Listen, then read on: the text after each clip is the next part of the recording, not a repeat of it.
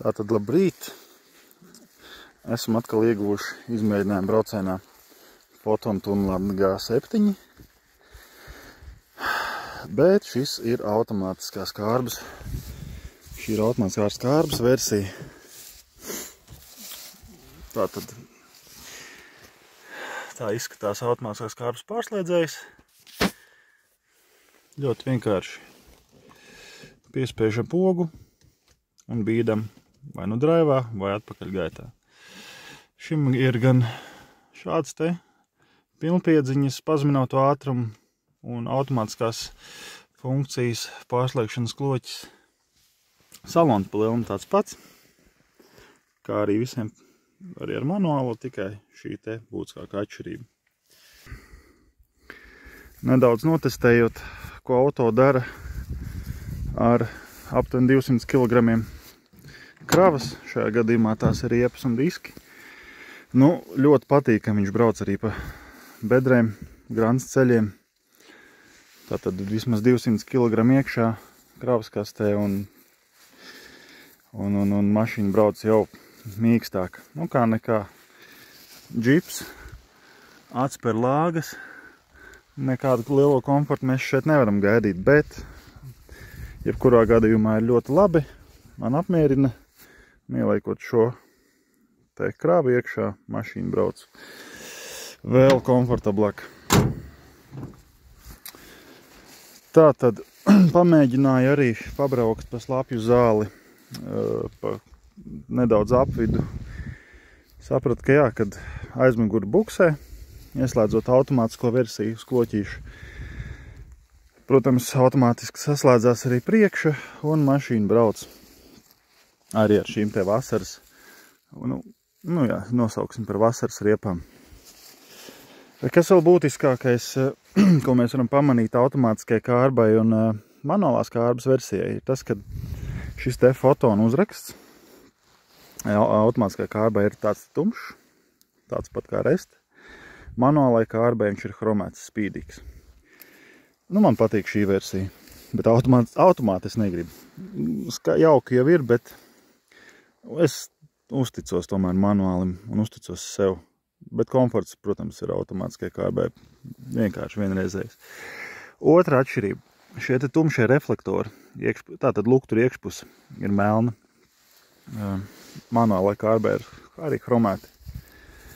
Tā būtiskākā atšķirība priekšā. Pārējais,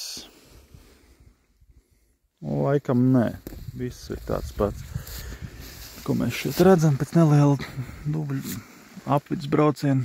Neko, viss ir skaists, apstrādāts ar vasku, kā jau sola dīleris to izdarīt. Tad priekšā spirāli atsperas, lodbalsti, viss kā normālai mašīnai. Jā, vēlreiz pieminēšu, kas man patīk, ir šis te aizsarga spārns, kas neļauj rāmī sašķīst visiem dubļiem un akmeņiem iekšā. Kā mēs zinām, rāmī ir no sāniem visādi tehnoloģiski urbumi, kas, diemžēl, tiek aizpildīti ar dubļiem un rāms no iekšpuses rūsē. Šai te versijai nav āķis pielikts. Gribējās pielikt piekabu, viegli pavilkt. Jā, viņš tur nav. Jā, redzam, ka ir apstrāde bijusi. Protams, rezervas rats tajā ne tajā labākajā vietā. Atšķirība automātam, jā. Tātad viņam jau parkinga versijā ieliekot, viņam elektriski ieslēdzās rokas bremze. Tā to servo motoriņu mēs redzam, jā.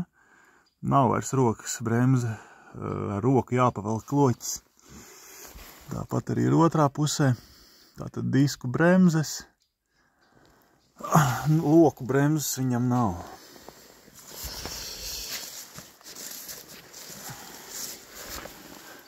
Un es tā domāju, kaut arī izskatās, ka iekšā, bet nē, nevajadzētu būt. Tikai diski.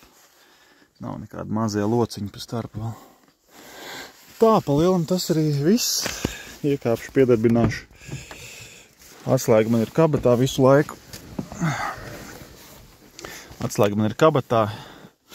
Es varu piedarbināt, aiziet uz māju, kāds var aizbraukt.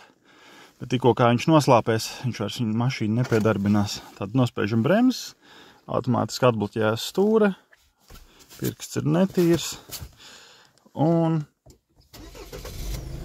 mašīna iedarbojas. Tātad brauksim uz pilsētu arī uzpildīties. Jā. Viss ir skaisti. Durvis aiztaisās. Un nospēžam podziņu sānā un drive. Un braucam. O, buksē, jā.